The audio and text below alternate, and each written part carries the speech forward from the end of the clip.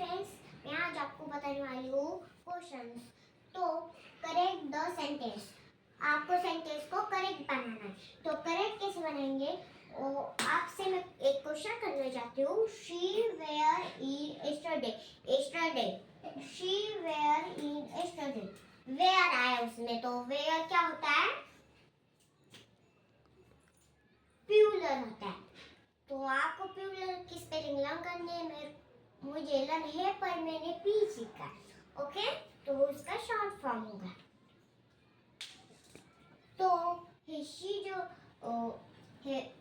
Where जो होता है वो एक ही चीज, और शी जो होता है वो सिंगुलर होता है, मतलब यस। रुको मैं अच्छे से लिखती हूँ। मतलब यस, वो सिंगुलर होता है। सिंगुलर होता है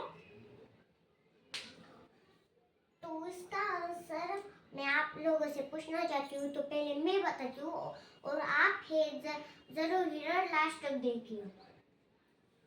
She was in yesterday। अब हे बराबर सेंटेंस है, क्योंकि यहाँ पर she मतलब एक ही, सिंगुलर।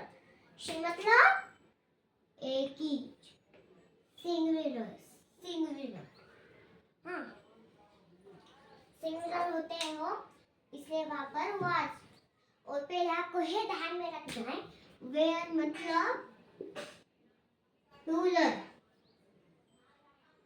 was मतलब सिंगुलर।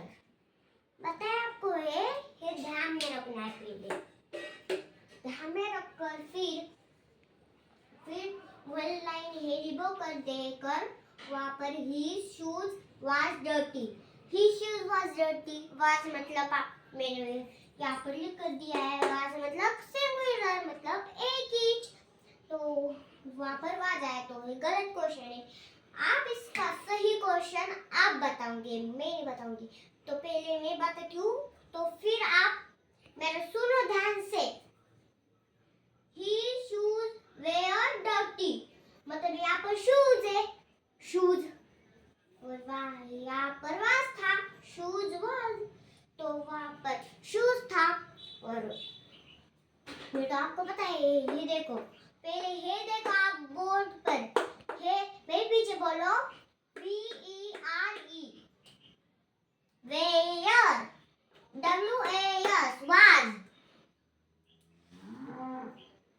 तो आपको ध्यान में रखो।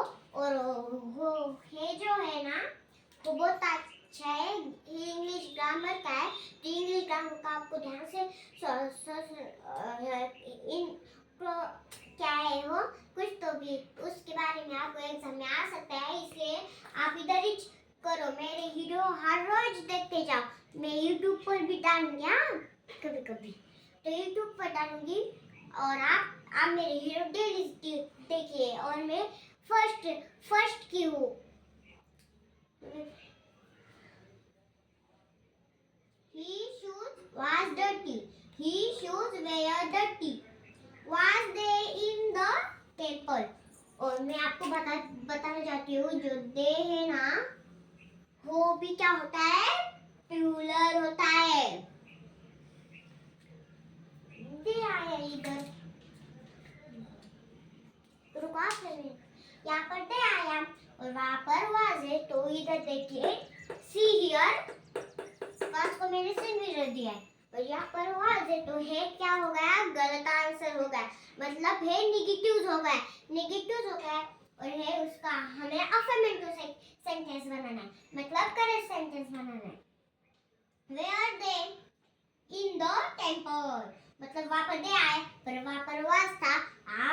अब इसका क्वेश्चन ऐसा हो सकता है, वरना आप ध्यान नहीं दोगे तो आपको एग्जाम में कुछ नहीं आएगा। आपको एग्जाम में अंडा भोपड़ा मांस आएगा, अभी अंडे का पंडा। अब चलो, my clothes was not clean, मतलब माय क्लोथ्स, क्लोथ्स प्लूरल है, plural, clothes was not clean. देखो यहाँ पर मेरे पास को सिंगुलर लग है, तो आप प्रोसिक्यूशन से यहाँ पर देखो, हाँ, अब हो गया है। अब इस नेगेटिव सेंटेंस हो गया, मतलब रॉन्ग सेंटेंस हो गया। आप my clothes were not, my clothes were not clean. Okay, तो वैसा होता है। और आप जब इधर लिखोगे my clothes was not clean, मतलब आपको फिर उसमें से 1 मार्क आपका कट हो सकता है, इसलिए यहाँ पर प्रोसिक्यूशन से ध्यान दो।